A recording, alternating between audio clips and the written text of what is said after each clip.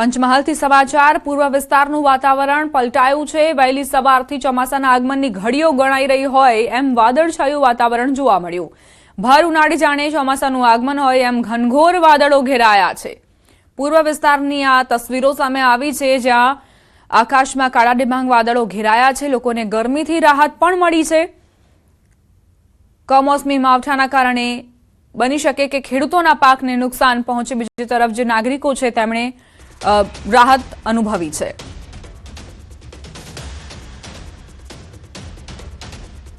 રાજ્યના કેટલાક વિસ્તારોમાં વાતાવરણમાં પલટો આવશે। હવામાન નિષ્ણાંત અંબાલાલ પટેલે આગાહી કરી છે। આજથી 8 તારીખ સુધી હળવા છાંટા વરસી શકે છે। દેશના ઘણા ભાગોમાં આંધી વંટોળ સાથે વરસાદ વરસવાની સંભાવના। હવામાનને લઈને અંબાલાલ પટેલની આ મોટી આગાહી। રાજ્યના કેટલાક વિસ્તારોમાં વાતાવરણ પલટાશે। આજથી 8 તારીખ સુધી હળવા છાંટા પડી શકે છે। દેશના ઘણા ભાગોમાં આંધી વંટોળ સાથે વરસાદ ખાબકશે। પ્રી મોન્સૂન એક્ટિવિટીનો હમણાં તારીખ 3, 4, 5, 6માં દેશના ઘણા ભાગોમાં પ્રી મોન્સૂન એક્ટિવિટીનો વરસાદ થવાની શક્યતા રહેશે। ગુજરાતમાં પણ ધીરે ધીરે લોઅર ક્લાઉડ બનશે તો લગભગ તારીખ 5 થી 8માં ક્યાંક પ્રી મોન્સૂન એક્ટિવિટીનો વરસાદ થવાની શક્યતા રહેશે। ગુજરાતમાં પણ લગભગ 40 કિલોમીટરનો વિન્ડ ગસ્ટ અને સામાન્ય જે પવન છે એ 10 થી 25 કિલોમીટરનો ફૂંકાવાની શક્યતા રહેશે। ખાસ કરીને કચ્છમાં ભારે પવન ફૂંકાવાની શક્યતા રહેશે। મે મહિનામાં એક પછી એક પશ્ચિમી વિક્ષેપ આવતા રહેશે। 15 મેની આસપાસ પ્રી મોન્સૂન એક્ટિવિટીનો વરસાદ વરસશે। 15 જૂન આસપાસથી વરસાદ થવાની શક્યતા છે। તારીખ 25 થી 7 જૂન વચ્ચે રોહિણી નક્ષત્રની શરૂઆતમાં વરસાદ થાય તો પવન ફૂંકાય અને વરસાદ ઓછો પડે। હવે ગરમીમાં આંશિક ઘટાડો થશે, પણ બપોર પછી લૂ ચાલવાની શક્યતા રહેશે। ઉલ્લેખનીય છે કે અત્યારે ગરમી ઘટવામાં છે, પરંતુ ધીરે ધીરે તારીખ 11 થી 20માં પુનઃ એક્ટિવિટી શરૂ થશે અને તારીખ 11 બાદ આગ જેટલી ગરમી ફરી પુનઃ થવાની શક્યતા રહેશે। જોકે વાદળો તો સવારે એવા આવતા રહેશે, પણ બપોરે એકદમ વાદળો જતા રહેતા ગરમી જબરજસ્ત જણાશે। દ્વારકાના કલ્યાણપુરમાં ચોંકાવનારી ઘટના સામે આવી, જ્યાં વીજ કરંટ લાગતા 8 પશુના મોત નિપજ્યા। કલ્યાણપુર તાલુકાના ગાગા ગામની ઘટના। વાડી વિસ્તારમાંથી પસાર થતી વીજ લાઈનનો વાયર તૂટ્યો છે। પશુ પર વાયર તૂટી પડતા 8 પશુને કરંટ લાગ્યો। પશુઓના અકાળે મોતથી પશુપાલક પરિવારમાં શોકનું મોજું ફરી વળ્યું। જર્જરિત વીજ વાયરો અને તંત્રની બેદરકારીના કારણે આ દુર્ઘટના સર્જાતા સ્થાનિકોમાં ભારે રોષ ભભૂક્યો છે। સંવાદદાતા મુકુંદ જોડાઈ ગયા છે વધુ જાણકારી સાથે। મુકુંદ, દ્વારકાના કલ્યાણપુરમાં શું દુર્ઘટના?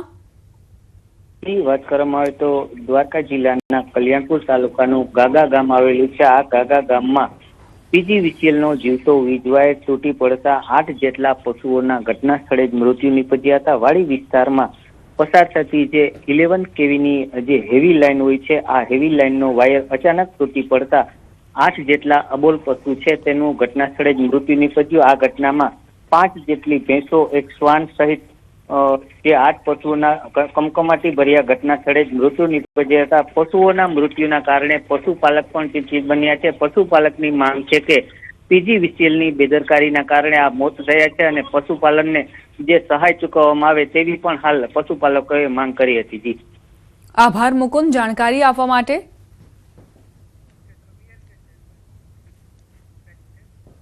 આદિવાસી સમાજનું બન્યું પ્રથમ બંધારણ। બનાસકાંઠાના કેટલાક ગામડાઓમાં ડીજે પર પ્રતિબંધ મુકાયો છે। અમીરગઢ તાલુકાના વિરમપુર, કાનપુરા વિસ્તારના ગામડાઓમાં ડીજે પર પ્રતિબંધ। લગ્ન પ્રસંગે ડીજે પર લગાવાયો પ્રતિબંધ। જે લોકો લગ્નમાં ડીજે લગાડશે તો 51,000નો દંડ ફટકારાશે। આદિવાસી સમાજના આગેવાનોએ બેઠકમાં નિર્ણય લીધો। ડીજે વગાડનાર પરિવાર સાથે ગ્રામજનો નહીં રાખે કોઈ વ્યવહાર। અન્ય સમાજની જેમ આદિવાસી સમાજમાં પણ ડીજેને લઈ બંધારણ ઘડાયું છે। સંવાદદાતા કિશોર જોડાઈ ગયા છે વધુ જાણકારી સાથે। કિશોર, આ પહેલા ઠાકોર સમાજે બંધારણમાં ડીજેનો ઉપયોગ પર પ્રતિબંધ લગાવ્યો હતો અને હવે આદિવાસી સમાજે પણ કંઈક એવું જ કર્યું છે, શું જાણકારી?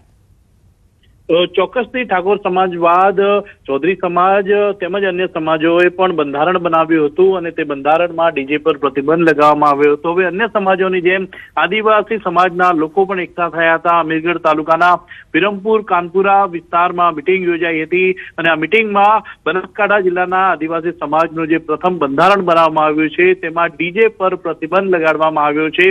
લગ્ન પ્રસંગે ડીજે પર આ પ્રતિબંધ લાગ્યો છે. જે લોકો લગ્નમાં ડીજે વગાડશે તેના પર 51,000નો દંડ પણ નક્કી કરાયો છે. તે ઉપરાંત લગ્નમાં ડીજે વગાડનાર પરિવાર સાથે ગ્રામજનો કોઈ વ્યવહાર નહીં રાખે તેનો પણ નિર્ણય આદિવાસી સમાજના આગેવાનોએ આ બેઠકમાં લીધો છે. અન્ય સમાજોની જેમ આદિવાસી સમાજે પણ બંધારણમાં ડીજે ને લઈને પ્રતિબંધ મૂકવામાં આવ્યો છે. તેને લઈને આ આદિવાસી સમાજનું બનાસકાંઠા જિલ્લાનું પ્રથમ એવું બંધારણ છે કે જેમાં ડીજે પર પ્રતિબંધ મુકાયો હોય. જી આભાર કિશોર, જાણકારી આપવા માટે. રાજકોટના એક કારખાના માલિકને ફ્રેન્ડશીપ એપમાં મિત્રતા ભારે પડી છે. વાત ધોરાજીની છે, જ્યાં જૂનાગઢ રોડ પર રાધે એન્જિનિયરિંગ નામે કારખાનું ધરાવતા પારસભાઈ સોજિત્રા થોડા મહિના પહેલા એક ફ્રેન્ડશીપ એપના રવાડે ચડ્યા હતા. આ એપ પર આવેલો એક હાયનો મેસેજ તેમને સીધો હની ટ્રેપની ખતરનાક જાળમાં ખેંચી ગયો. ગત 22મી એપ્રિલે ટોળકીએ અગાઉથી રચેલા કાવતરા મુજબ પારસભાઈને કોઈ ખાસ વ્યક્તિ સાથે મુલાકાત કરાવવાના બહાને ઉપલેટા નજીક એક વાડીએ બોલાવ્યા હતા. વાડીએ પહોંચતા જ તેમને બળજબરીથી એક ઓરડીમાં ધકેલી દેવામાં આવ્યા. ટોળકીએ વેપારીને વાડીએ બોલાવી નિર્વસ્ત્ર કરી વિડીયો ઉતારીને બ્લેકમેલ કર્યા અને ઢોરમાર મારીને રૂપિયા પડાવ્યા. પહેલા 1500 રૂપિયા રોકડા આંચકી લીધા અને ત્યારબાદ ડરાવી ધમકાવીને ગૂગલ પે મારફતે 1 લાખ રૂપિયા ઓનલાઈન પ્રતિક ગજેરાના ખાતામાં ટ્રાન્સફર કરાવી લીધા. આરોપીઓ અહીંથી જ ન અટક્યા. તેમણે વેપારીને વધુ ડરાવવા માટે આરોપી ચિરાગ પટેલે દવા પી લીધી હોવાનું નાટક રચ્યું. હોસ્પિટલ અને એમ્બ્યુલન્સના ખોટા બિલ મોકલીને તેમણે વેપારી પાસે વધુ 3 લાખ રૂપિયાની માંગ કરી અને જાનથી મારી નાખવાની ધમકી પણ આપી. આખરે ભોગ બનનાર યુવાને ધોરાજી પોલીસ મથકમાં ફરિયાદ નોંધાવી. ધોરાજી પોલીસે આ મામલે 2 મહિલા સહિત 7 લોકોની ગેંગ પૈકી 4 આરોપીઓને દબોચી લીધા.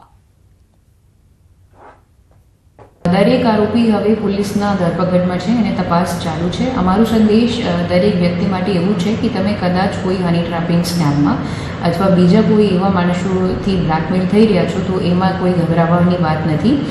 તમે પોલીસ પાસે આવી શકો છો. તમારી ઓળખ ગુપ્ત રાખવામાં આવશે અને પોલીસ દરેક રીતથી તમારી મદદ કરવામાં